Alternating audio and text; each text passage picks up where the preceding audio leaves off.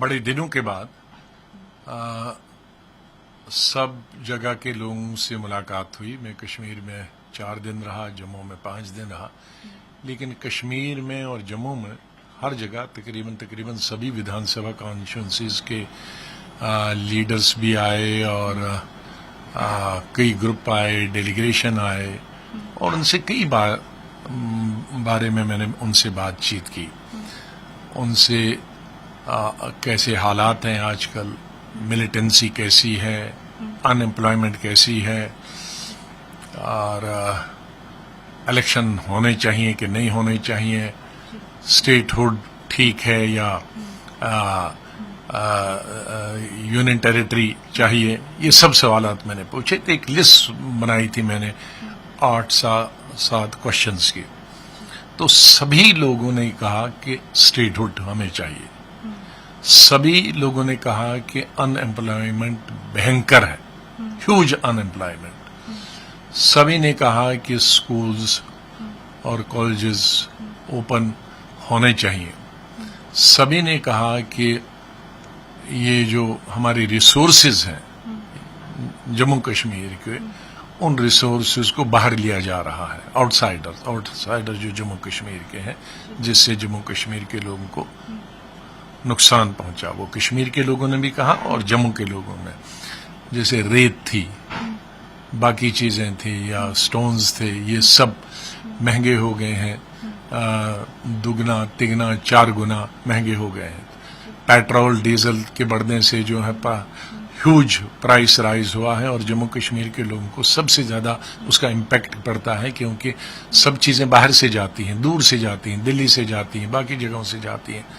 तो जितना दूर से जम्मू कश्मीर चीजें जाएंगी उतना महंगी हो जाएंगी, क्योंकि डीजल के दाम बढ़ने से। ये तमाम चीजें मैंने मिलिटेंसी के बारे में उनसे बात की। मिलिटेंसी के बारे में 2-3 चीजें अलग अलग चीजें बताई। एक तो कहा कि भाई 1-1.5 साल से कोविड की वजह से, कोविड के चलते की वजह से मिलिटेंसी में फर्क पड़ गया था, हालात ठीक हो रहे थे, लेकिन पिछले कुछ हफ्तों से, कुछ ही महीनों से फिर एक में इसमें स्पाइक आ गया, फिर बढ़ गया। इसमें अटैक्स होने लगे आर्मी और सिक्योरिटी फोर्सेस के बीच में, और सिविलियन किलिंग्स, फिर टारगेटेड सिविलियन किलिंग्स शुरू हो गई है। और उस टारगेटेड सिविलियन किलिंग्स के बारे में 2 तरीके की किलिंग के बारे में लोगों ने बताया। एक, कुछ लोगों ने बताया तो ये इस कारण भी हो सकती है कि कई 2-4 साल के बाद टूरिज्म शुरू हुआ था और एक इकोनॉमिक एक्टिविटी शुरू हो गई थी। होटल वाले को, शिकारा वाले को, बिजनेस करने वाले को अब थोड़ा सा सहारा, पूरा तो नहीं जितना टूरिस्ट आता था, लेकिन 1/4 टूरिस्ट इस साल आ गया था। तो उससे एक इकोनॉमिक एक्टिविटी जनरेट हो रही थी। लेकिन शायद कहीं न कहीं जो एंटी इंडिया लोग हैं या एंटी कश्मीरी लोग हैं, उन्होंने ये मिलिटेंसी को या टारगेटेड किलिंग को फिर शुरू कर दिया है, ताकि बाहर से कोई नहीं आए, इसलिए बाहर के लोगों को भी मारना शुरू किया। और कंस्ट्रक्शन का जो काम था, डेवलपमेंट का काम, इसलिए बाहर के लोगों को मारा ताकि मजदूर, जैसे बिहार के लोग मर गए या यूपी के लोग मर गए, कारपेंटर था, तो इस तरह के लोग मर गए ताकि लोग बाहर जाएं और यहाँ डेवलपमेंटल वर्क फिर ठप हो जाए। तो आम लोगों का ये था कि जहां 1-1.5 साल में इस तरह की टारगेटेड किलिंग या नॉर्मल किलिंग कम हुई थी, लेकिन जो 1-2 महीने से ये हो गया, इससे नुकसान हो रहा है। क्योंकि एक तो टूरिस्ट वापस जाना शुरू कर दिए हैं और 2 मजदूर थे बाहर के, वो भी वापस जाना शुरू कर दिए हैं। तो ये इस तरह का मिला जुला ये ओपिनियन है। लेकिन और ये जो चिंता का विषय है, और इस टारगेटेड किलिंग से आम जनता में भय है, डर है, खौफ है, क्योंकि ये रिवॉल्वर से होती है। पहले जो बंदूक से AK-47 से किलिंग होती थी तो उसको छुपाना बड़ा मुश्किल हो जाता था। तो कहीं उसको छुप करके मार सकते थे, लेकिन ये जेब में रिवॉल्वर रख के आप किसी को भी मार सकते हैं। तो इसकी वजह से एक भय है, डर है। और लोगों का ये भी कहना था कि ये चिंता का विषय है कि जितने भी टारगेटेड किलिंग हैं, इनमें से एक भी नहीं पकड़ा गया। बाकी जब किलिंग होती थी तो कोई न कोई पकड़ा जाता था दूसरे दिन, पहले दिन या तीसरे दिन। तो ये टारगेटेड किलिंग में एक भी नहीं पकड़ा जाता है, और जिसके कारण मोडस ऑपरेंडी कौन है और एजेंसी कौन है, कौन मुल्क है, मिलिटेंट है, कहाँ के अंदर के मिलिटेंट हैं, बाहर के मिलिटेंट हैं, तो जब तक वो नहीं मालूम होगा तो कश्मीर के लोगों को उसका बड़ा नुकसान होता है, क्योंकि हर आदमी सस्पेक्ट हो जाता है। और इस टारगेटेड किलिंग पर सभी लोगों ने, कश्मीर के लोगों ने अफसोस जाहिर किया और चिंता प्रकट की है। और उन्हें ये भी बताया हमें कि आप बताइए पूरे देश को कि हमारा इसमें कोई, हम इसको सब कंडम करते हैं, कश्मीर के अवाम जनता इस टारगेटेड किलिंग को या मिलिटेंसी एज सच है उसको हम उसकी निंदा करते हैं, और हम शांति चाहते हैं। और मुल्क में सब भाई, हिंदू भाई, मुस्लिम भाई, सिख भाई, जैन भाई, सबके साथ मिलजुल के भारत में रहना चाहते हैं। हम नहीं चाहते हैं कि इस तरह की टारगेटेड किलिंग हो। और ये सिद्ध भी कर दिया जब मैं हमारे कश्मीरी पंडित बंगरू साहब में उनके जब घर गया तो उन्होंने बताया कि हमारे जो जितने भी जब उनका फाइनल रिचुअल्स हो रहा था या मारा गया तो 99% तो मुसलमान ही आए थे, और वही कंधे पे लेके उनको चले गए और वही यहाँ रहते हैं। और इसी तरह से जब सिख फैमिली के में चला गया तो उन्होंने भी बताया कि भाई आप यहाँ से कहीं शिफ्ट हो जाओ। उन्होंने कहा नहीं, हमारे चारों तरफ से हमारे मुसलमान भाई हैं और वो हमें पहरा देते हैं। और उन्होंने कहा कि जब तक हम यहाँ हैं, तो एक जिस तरह का हम वातावरण बाहर देखते हैं टेलीविजन वगैरह, वैसा वातावरण नहीं है। जो चाहे हमारे सिख भाई मारे गए हों या हिंदू भाई मारे गए हैं।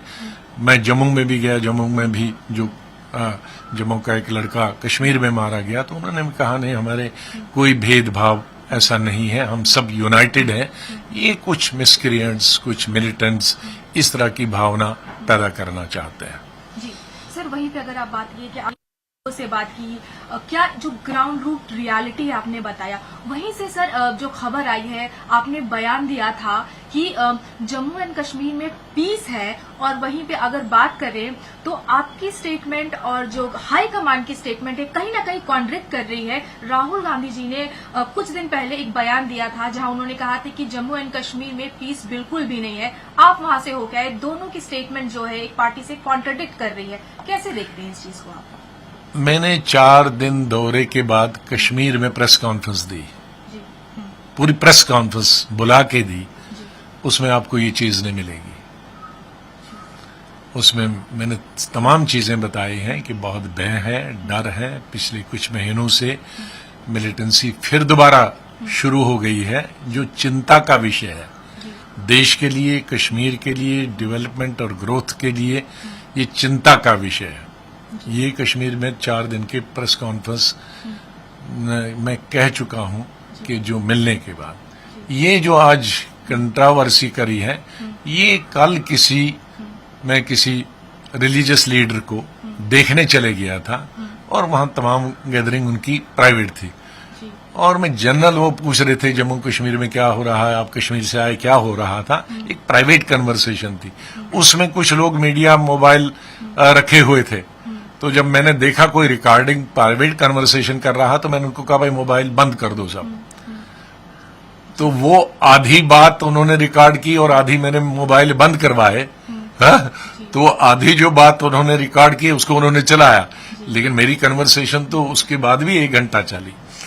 तो मैंने उनको यही बताया कि जम्मू कश्मीर में लोग चाहते हैं कि कश्मीर वादी में लोग चाहते हैं कि जल्दी से इलेक्शन हो जाए और स्टेटहुड जल्दी से दी जाए, और जो हमारी रिसोर्सेज हैं वो बाहर न जाएं। जैसे हमारी रेत है, सैंड है, बाकी चीज है, हमारे जो पत्थर है वो बाहर न जाए। कॉन्ट्रैक्ट्स जो हैं वो उसके नेशनल लेवल पे कॉन्ट्रैक्ट न दिए जाएं कि बाहर वाला के साथ हमारे कश्मीर के लोग या जम्मू के लोग कंपीट नहीं कर सकते हैं। और मैंने साथ में ये भी बताया है कि लोग इस वक्त चिंतित हैं।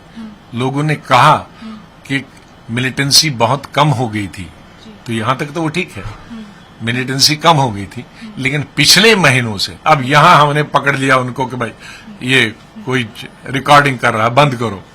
तो आगे जो हमने बताया, आगे जो वही जो मैंने श्रीनगर प्रेस कॉन्फ्रेंस में बताया था, क्या कहा कि उन्होंने अब चिंता का, अब हमें डर है, खौफ है, भय है कि ये जो कुछ पिछले महीनों से दोबारा से मिलिटेंसी बढ़ गई और बड़े पैमाने पर बढ़ गई है, जिसकी वजह से कई अटैक्स उन्होंने किए आर्मी पर, पुलिस पर, और राजौरी में तो अभी, और ये पुंछ में तो अभी 15 दिन से चल रहा है, जिसमें हमारे फौजी शहीद हो गए, जिनका बहुत अफसोस है हमें।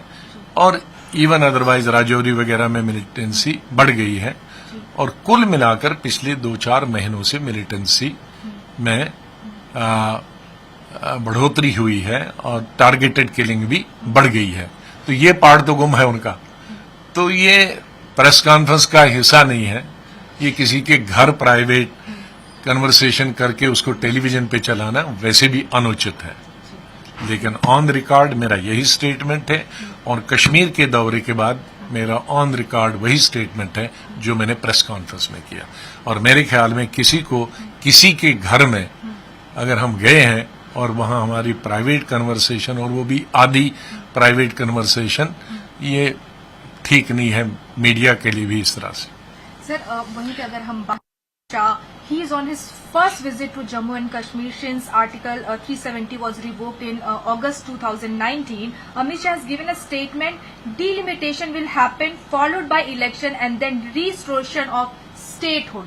कैसे देखते हैं? No, this is not first time. I think when Honorable Prime Minister invited the leaders of various political parties from Kashmir at his residence, where in Home Minister and Lieutenant Governors were present, and after we were done with our demands, so I also on my behalf of my party had demanded that we would like to have statehood and followed by elections. And similarly other political parties had also demanded that statehood should be granted immediately. But in his concluding speech, Home Minister assured us that yes, statehood will be granted, and delimitation commission will give its report. But then I had requested to both Prime Minister and Home Minister that yes, we are thankful to you that statehood is being granted, and now at the first instance they should have not been, the state should not have been divided into two, but having been divided into two, now we have agreed to give a statehood. But don't do the mistake of doing the delimitation first and then giving the statehood. Or even if that is done, there's no problem. But first we should be granted Jammu Kashmir as statehood, and then election should follow. So I think the Home Minister has again repeated the same thing. They would like to have delimitation first. Okay, no problem. I think they would like to have the election first and then statehood. So our demand is still today, after delimitation, first statehood should be granted, and that should be followed by elections. Yeah. Sir, also he said Kashmiri youth. He has asked Kashmiri youth to come along with Prime Minister and the government for the development of Jammu and Kashmir. Well, that Honorable Prime Minister had said 7 years back, but nothing has happened. Nothing has happened so far. Nothing. I mean, we were expecting, particularly after, what was promised to the people of Jammu Kashmir, after abrogation of Article 370, we were told that the entire, the scenario in Jammu Kashmir will change. The growth and development and hospitals and unemployment will be taken care of. But that has not happened. That has not happened at all. As a matter of fact, we were far better when it was being ruled by various chief ministers. Sir, So we are a great loser. We are a great loser after the state has been divided into two, and we are a great loser ever since the assembly has been dissolved. sir, use new industrial policy. 3 family that exploited you used to mock who will come here, but due to PM Modi feat, rupees 12,000 crore investment has come till now. I want to tell you that rupees 51,000 crore investment will come before 2020-22 in Jammu and Kashmir, sir. 22. Why? It is now 4th year since the governor rule we have. So how many? That means for another election they will say we will do it. That 4 years have already gone. Another 2 years. That means the policy will be implemented after 6 years. I haven't seen any such policy which takes, which will take in account 6 years to implement. That should have been implemented by now. Sir, my last question, would you have what for the growth and development, what should be the main idea for the development of Jammu and Kashmir, sir? Well, I think we have gone back to 70 years. The fact of the matter is, and unless we have a statehood, unless we have elections, whosoever comes into power, they will do better than the present system. I'm not saying A party or B party or C party or D party will do better. I'm saying any political party will do better because they will be elected representatives. In democracy, there's a role for everybody. There's a role for politicians, public representatives, and a role for the bureaucracy.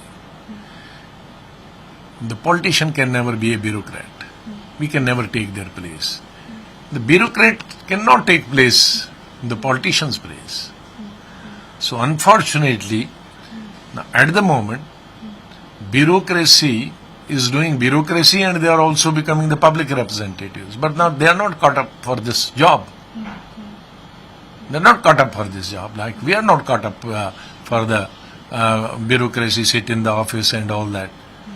So, and it's the 4th year now, ever since the assembly was dissolved. Now 2 years, more than 2 years is now the Lieutenant Governor, UT, but before that also the assembly was dissolved. So having a state without assembly, without elected representatives for 4 years is too much. How can development take place? You may make any policy, but it will be confined to Home Minister may say, Honorable Prime Minister may say that we have made any policy. But who will implement that? It's the politicians, it's the Chief Minister, it's the ministers. So these policies may remain on paper and or on paper. Nothing is being implemented. I was told by the groups that so many officers, gaon tak jale. They said this system of gaon ki or chalo, we have given 2 years back our proposal, and those proposals have not seen the light of the day. But because those gaon ki or chalo, it was the bureaucrats going, so they don't have to get elected. But if a politician goes gaon ki or, he has to implement it, because next time he cannot enter in the village.